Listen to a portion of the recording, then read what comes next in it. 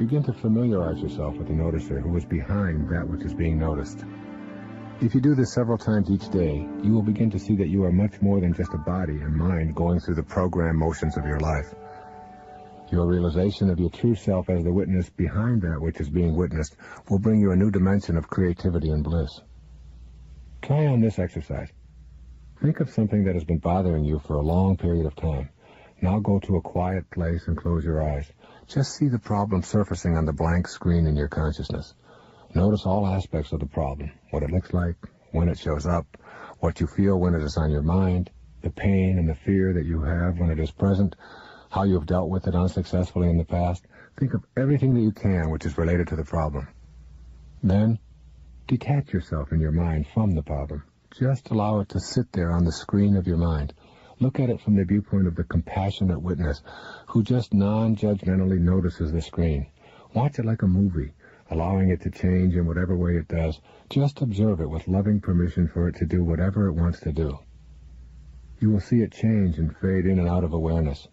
With each change or movement on the screen, remain in the caring witness mode of knowing the energy will do what it will and will also be accompanied by the loving energy from the witness. Often, just this act of observation will result in a feeling of the problem having dissipated. If that happens, observe that also from the position of caring observer. I once practiced this act of observation when I was injured and unable to play tennis. I reacted at first to the pain in my foot with statements like, "This injury is keeping me from doing what I want to do, and I'm really upset about it." I found that no matter what I tried, the pain persisted, and I was unable to pivot and consequently had to discontinue an activity that I loved. I then took the witness stance. I no longer saw myself as having an injury. I attributed the pain only to my body and not to me. I witnessed the entire thing and merely watched it. I lovingly witnessed the pain, the way it showed up, my feelings of frustration about it, the color of the swelling, everything. But I refused to think of it as mine. It was only my body's problem. The very same day that I did this, the entire discomfort disappeared. I mean, it was gone from my body. I had put my attention on what was occurring and detached myself from it. And in what seemed like a few hours, I no longer had the pain, and I was playing tennis as if I had never experienced any injury at all. In order to know the benefit of witnessing, you will have to banish the doubt about this as something that will work for you. Remember, you have been conditioned to believe that your body is the essence of your humanity. You've been taught to tackle problems with your physical and intellectual apparatus, not your higher self. Practice new self-talk sentences to replace your old identification with your physical body. I am that which owns this body. I am not the body itself. I can't be reached if you come to me with hatred or anger. I cannot worry when I refuse to be the worrier and simply observe that worrier and the worries. Self-talk sentences will keep you centered on your spiritual domain. You will find that many things that you worried about or experienced in a negative fashion are slowly beginning to diminish from your life. Rather than engaging in confrontations with others, try being the witness. Rise above the temptation to make someone else wrong, and instead watch yourself and your opponent from the witness perspective. In a quiet place, practice observing your thoughts for 30 minutes. Just sit your mind down and watch as thoughts come and go. While you're doing this, keep reminding yourself that those thoughts are not you. Give recapitulation a try. You can sit down and begin to recapitulate your life from today backwards right up to your birth, if you decide this is useful. This process involves imagining the people and the events that have been part of your life, including family and people you've worked with, lovers, close friends, schoolmates, neighbors, and anyone else. You begin by moving your head from left to right very slowly as you bring the people and the surroundings into your consciousness. As you move your head back and forth very slowly, you begin sweeping the energy back into you that you lost in those encounters. You are recalling the energy that you dissipated. Some people have spent as long as 2 years in this recapitulation process.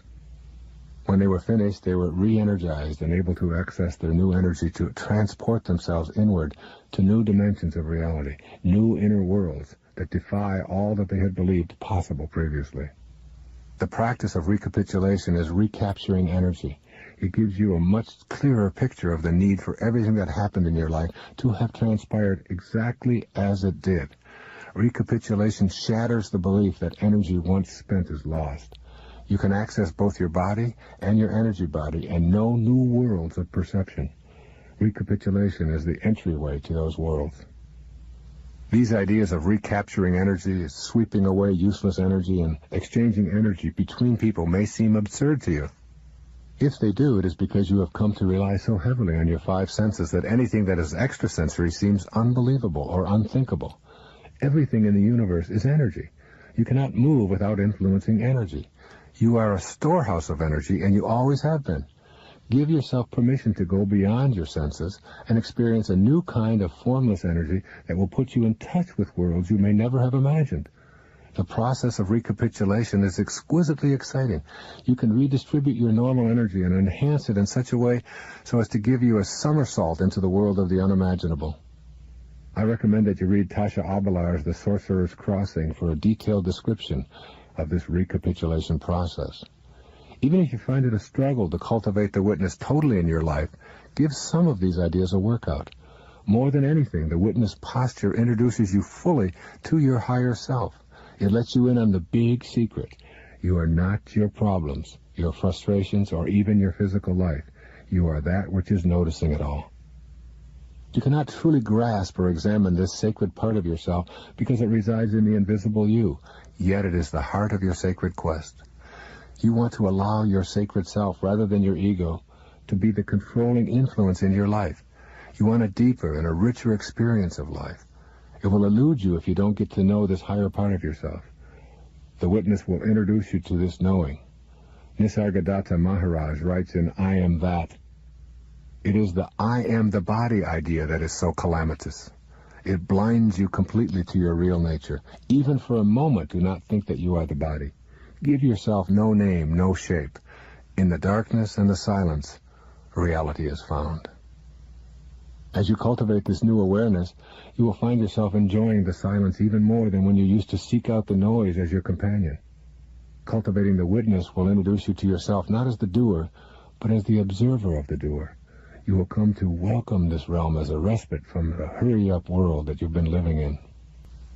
Those who measure such things estimate that our minds have 60,000 thoughts during the waking hours of every day. The problem with this is, today we will have essentially the same 60,000 thoughts that we had yesterday and the day before that. Our inner worlds are a frenetic beehive of activity with the same thoughts endlessly repeating themselves. This inner frenzy I call the inner dialogue. It is an omnipresent buzz in the form of silent thoughts. Most of this inner dialogue is a personal inventory of beliefs we've been trained to accept by others. Those thoughts include all of your beliefs about everything you can possibly imagine. You may remember what I said earlier about beliefs. I explained that they are laced with doubt because you've got them from others. Therefore, your inner dialogue is a perpetual experience of reinforcing doubt. Doubt about yourself, your ability to create miracles, your ability to manifest divine relationships, to heal yourself, to materialize prosperity, and finally, doubt about your ability to know the bliss of inner peace. This, then, is the third key to higher awareness. I call it shutting down the inner dialogue. Learning to be quiet, learning to experience the bliss of silence. The way to get to this place of inner peace and consequently to experience higher awareness is to shut down the internal frenzy. The Chinese sage Sengchan Tsen gave us the following piece of wisdom. Stop talking, stop thinking, and there is nothing you will not understand. Return to the root and you will find meaning. Look inward, and in a flash you will conquer the apparent and the void. He is counseling us to simply stop talking and stop thinking. This is the third key to the sense of peacefulness that is a part of the way of the sacred quest. I want to make it clear that peace is not the absence of conflict. Peace is the experience of the presence of God. As you learn to shut down your inner dialogue and become more peaceful, you will begin to know the presence of God in your life. That presence will be felt in both your body and your inner world. Beliefs are removed. Belief is replaced with knowing. At different times in my past, both alcohol and other substances were a part of my own life path. Through meditation, I was able to leave alcohol behind, and I have never touched it since. But with other substances, I believed I could use them when I chose to for an energizing effect beyond anything I had ever experienced. I was able to use them, enjoy increased energy, and leave them alone for long periods of time. But a time came when I knew I was making foolish and non-spiritual choices connected with seeking out these insidious substances. My personal challenge became to rid myself of these insidious habits. I tried reading my way out of it, but I went back. I tried acupuncture, discussions with experts, and herbal cures, but I went back. I was determined that I would no longer play around with any substance, but I went back. Then I had what I call a holy instant, which was for me a divine experience. At 4:05 a.m. on a January morning, I was meditating. In the still quiet of that meditation, the thought of never again using a substance became real. It was my first absolutely direct experience of God. My entire inner screen of awareness became a bright luminescence as I heard a voice say, "You've tried everything else. Why not try me?" I have never in my life known such peace and certainty that God was with me and around me. I felt overwhelmed by the bliss I experienced. I listened to that voice, felt the presence of God, and have not since experienced the slightest desire to go back to any substance. I have debated with myself about putting this very personal story on this tape. That is, my ego self debated with my higher self. But I knew my experience with chemical substances involved helping others to look within instead of outside of themselves for both the excitement and the peace their higher self has for them. If, in my telling this story, one person who experiments with any substance and knows that it is out of control decides to shut down the inner turmoil and seek the help of their loving presence, then it will have been worth it. You needn't have the challenge of getting off drugs to find value applying this third key to higher awareness. It works the same way for every experience you are ready to transcend. Getting to silence and then having God be your personal knowing presence. Getting to silence requires conscious effort on your part. When going within, use the metaphor of the pebble dropping through the various levels of your mind. While the pebble drops, be the witness. Observe compassionately all your chatter and thoughts as you descend to the unified field. When you notice your mind overly crowded with thoughts, practice not focusing on anything just for a few moments. Tell yourself, "My mind is full of the disturbance of chatter and thoughts. I'm going to try to spend 5 minutes without any thoughts bombarding me. I'll dismiss every thought just for a few moments." Use your breath as a means to keep your mind from chattering away ceaselessly. You can do this by focusing your compassionate witness on your breathing. Breathe in deeply, excluding any thoughts as you concentrate on the in-breath. Then exhale slowly and fully with the same concentration. When thoughts appear, as they will, know that they are signaling you to return to mindfulness of your breathing in and out. Your heartbeat can also be used as a focal point for the witness. Return to the steady, rhythmic beat of your heart when you notice thoughts intruding. When you find your thoughts just below the surface in the analyzing level, think of a rose. As you replace the analyzing with the beauty of a rose, you might want to recall this verse by the poet Rabindranath Tagore. Do not carry a rose to our beloved, because in it is already embodied a message which, unlike our language of words, cannot be analyzed. That is, remember that the habit of analyzing or picking things apart in a judging fashion keeps you from knowing the truth that is at the center of your being. The rose needs no analyzing, as the poet reminds us. It simply is. The same is true of you. At the synthesizing level, when you are feeling the beauty and unity of life, you may discover that you are entering thoughts of pleasure about enjoying this spiritual space. Let go of those thoughts, too. The ego enjoys convincing you that you are better than others because you are more spiritual or have deeper understanding. It swims through your consciousness with thoughts like those. When it does, gently send it elsewhere for this time of meditation or prayer. Make a call to your local Transcendental Meditation Center, listed in the phone book of every major city in the world, and sign up for their introductory course.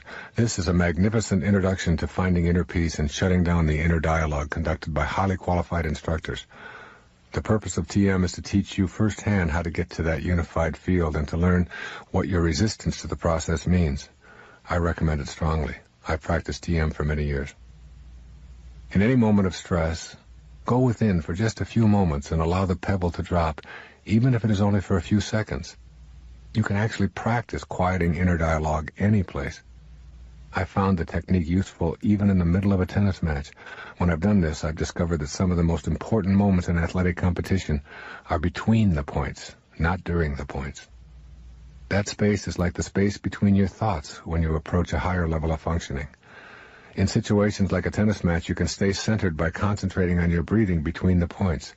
You will become immune to external distractions this way. Try to make your activities into meditations rather than stressful competitions. Shutting down the inner dialogue does not have to be something you practice alone in a quiet place. You can do it at any location, regardless of the external circumstances. As you gather the spiritual force within you in these joyous moments of silence, you will direct your ego to take a back seat to your higher self. It is this final key to higher awareness that awaits your attention. At any given moment in your life, you are choosing between two pictures or evaluations of yourself. Your choices include the one offered by your soul or the higher self, which I think of as the voice of God, and the one offered by the ego, or your false idea of yourself. You decide how you view yourself and how you view others as well. Essentially, you accept either ego's picture of yourself and others, or that of your higher spiritual self. In every moment of your life, you have the option to choose peace for yourself. The ego wants you in a constant state of agitation to keep you from embracing your higher self. It convinces you that if you are not always on edge, you can't grow. But you must keep in mind that experiencing this inner turmoil is a choice that you have made by allowing your false self to dominate your life. When you make the choice for peace, you are literally allowing God into your life. So this fourth key to higher awareness, I call taming the ego. Learning how to specifically allow the higher part of yourself, rather than your lower identities, to be in control of your life. We all long for the peacefulness of being without turmoil and angst. There is a feeling of an inner glow when we know that we are on course, on our sacred path. So why do we so frequently choose the opposite emotions and thoughts and inner beliefs, which agitate our minds and cloud our perceptions and distort our relationships? You need to carefully examine your choices that block your experience of peace, of God. Just knowing that peace is always an alternative is a significant awakening.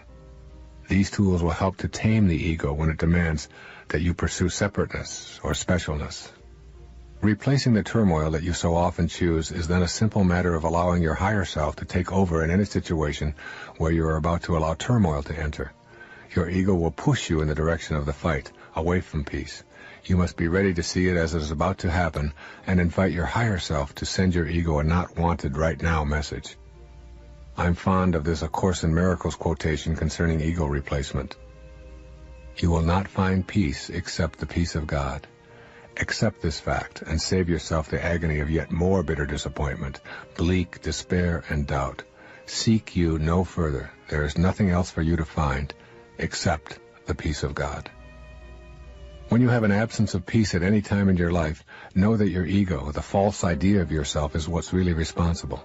Keeping in mind that every thought has a physical counterpart, you can see that an ego-produced constant state of tension that comes with proving yourself, hurrying, chattering, worrying, chasing, acquiring, and competing also involves tension in the body.